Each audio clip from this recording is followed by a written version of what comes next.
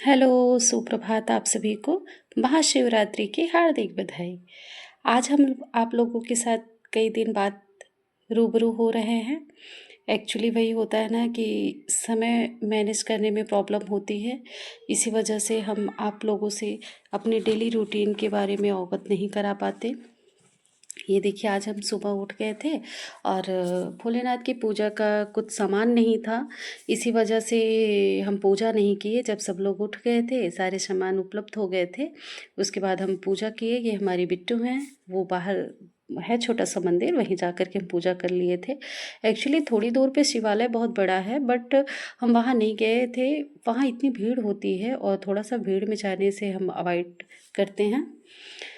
और हम हमारी बिटिया और भांजी, हम तीनों व्रत थे। बाकी बाबा जी एंड हस्बैंड ये दोनों फास्ट नहीं थे। इसी वजह से हमें खाना भी बनाना था और फलाहार भी बनाना था। और आप लोगों को पता है कि जब बच्चे व्रत रहें तो कितनी समस्या होती है। ठीक है, तो आप यकीन मानिए, आप कुछ भी कर सकती हैं। ठीक है, आप हर परिस्थिति में लड़ सकती हैं, लोगों से और अपने आप से भी। आप अगर एक बेटी हैं, अपने माँ बाप की इच्छाओं को पूरी कर सकती हैं। आप बहू हैं तो अपने सास ससुर की अपेक्षाओं पे खरी उतरती हैं।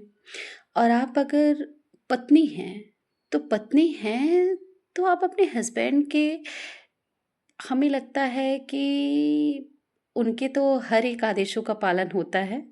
और आपकी बेटी है, बेटा है, यानी आप माँ हैं, तो आप अपनी सारी जिम्मेदारियों को बखूबी निभाती हैं।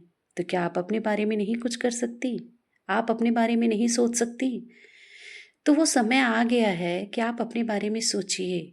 ठीक है, आप देखिए, हमें लगता है ना कि 20 से 35 वर्ष तक आप अपने बारे में सोच सकती हैं और जो भी कुछ करना है आप कर सकती हैं। लेट बहुत हो जाए तो 38, बस। उसके बाद 40 प्लस के बाद तो आपका शरीर ही आपका साथ नहीं देगा। ठीक है, और बस पछताने के सिवा, रोने के सिवा, लोगों के ताने सुनने के अलावा और हमारे पास कुछ भी नहीं रहेगा। जो भी सोचना है, यही समय है, आप उठिए और अपने लक्ष्य की प्राप्ति कीजिए। कोशिश तो पूरी कीजिए। ऐसा ना हो कि हम बाद में ये सोचे काश हम ऐसा किए होते।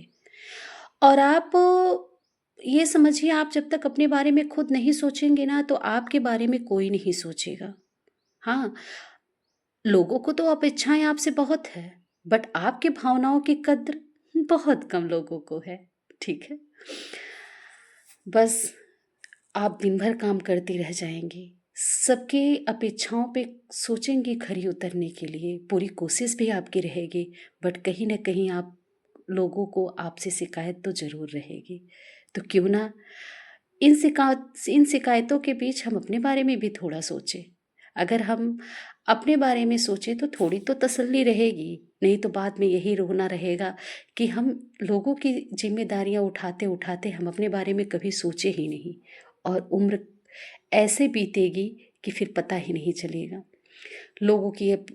लोगों का सुनते सुनते, लोग दिन भर काम करते करते आप समय से पहले ही थक जाएंगे। और अभी तो टाइम ऐसा है कि कितना भी, मतलब छोटे से उम्र के लोगों की इतनी समस्या है, तो जब आपकी उम्र हो जाएगी तो आपको कितनी समस्याएं होंगी। ठीक है, तो अभी समय है, आप अपने बारे में सोचिए, कोशिश कीजिए। वो तो जो करता है ईश्वर करता है, लेकिन आप अगर कोशिश किए रहेंगे ना, तो खुद से तसल्ली रहेगी कि हाँ, हमने कोशिश की थी। और रही घर के कामों की बात, तो देखिए, घर के काम लोग करते हैं, सभी लोग करते हैं। हाँ, और कहने को तो पता है, सभी यही कहते हैं कि घर के काम में है क्या, बस खाना बनाना, बर्तन धुलना, कपड़ा धुलना। बट जो करता है और जो उनको समझता है, वही सोच सकता है कि हाँ, घर के काम कितने होते हैं। एक तो होता है कि आप अपनी ड्यूटी करते हैं, और एक होता है आप दिल से कोई काम करते हैं।